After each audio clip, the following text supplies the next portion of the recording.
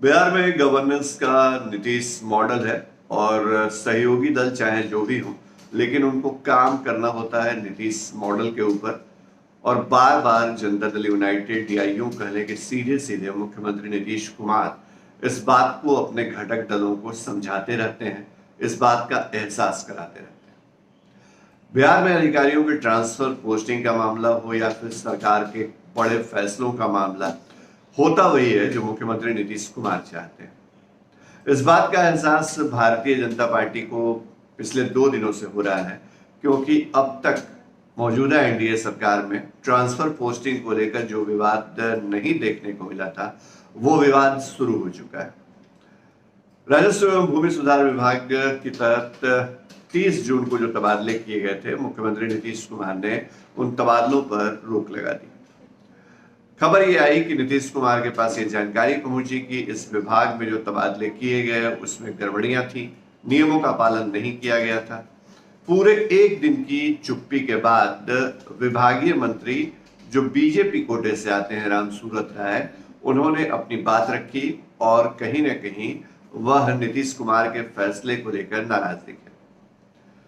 रामसूरत राय की नाराजगी ऐसी थी कि वो ये कह गए कि मंत्री पद किसी की वंशावली से नहीं चलती, लोकतंत्र है, कोई और आकर के सरकार में मंत्री पद का जिम्मा निभा सकता है, लेकिन मैं अब जनता की फरियाद नहीं सुनूंगा, जनता दरबार नहीं लगाऊंगा।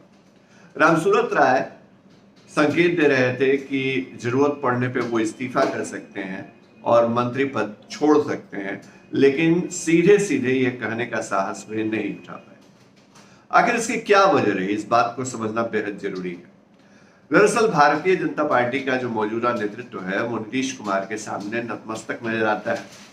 केंद्र से आए मंत्री बिहार में आकर के नीतीश कुमार से मुलाकात करते हैं और इसके बाद ऐलान कर देते हैं कि साल 2025 में भी नीतीश कुमार का ही नेतृत्व रहेगा।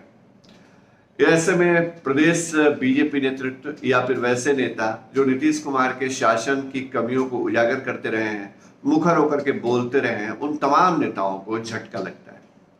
और उसके बाद यह ट्रांसफर पोस्टिंग का विवाद, जिसमें इस बार मंत्री रामसूरत राय को जलील होना पड़ा है।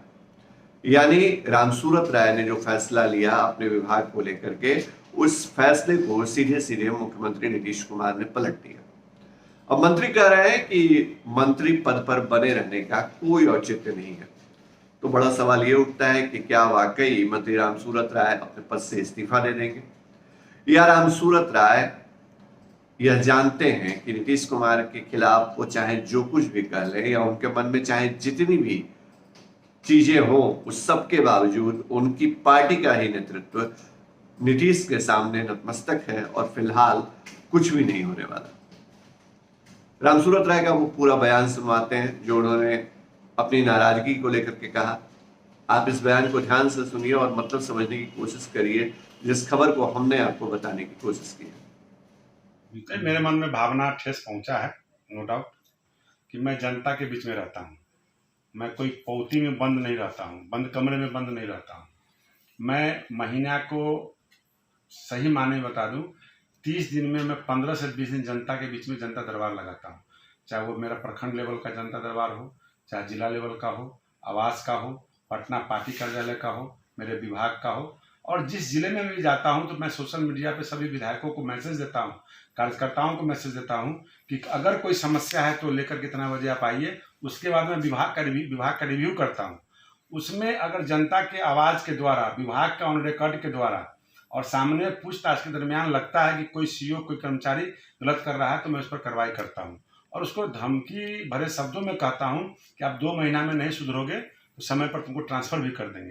तो कहीं वैसे भी लोगों का भी ट्रांसफ़र होता है, कहीं ऐसे परेशानियां होती है जहां पर लगता है कि मैं साल भर से जनता दरबार में पैरवी करता हूं, फ़ोन जाता है, उसका कंप्लायंस नहीं होता है, तो मैं मंत्री होने के नाते मेरे मन में भाव भी आता है कि लड़का काम नहीं कर रहा है, इसको ट्रांसफ़र होना चाहिए, इसको पनिशमेंट मिलना चाहिए। तो ये विभाग के मंत्री होने के नाते मेरा अधिकार है।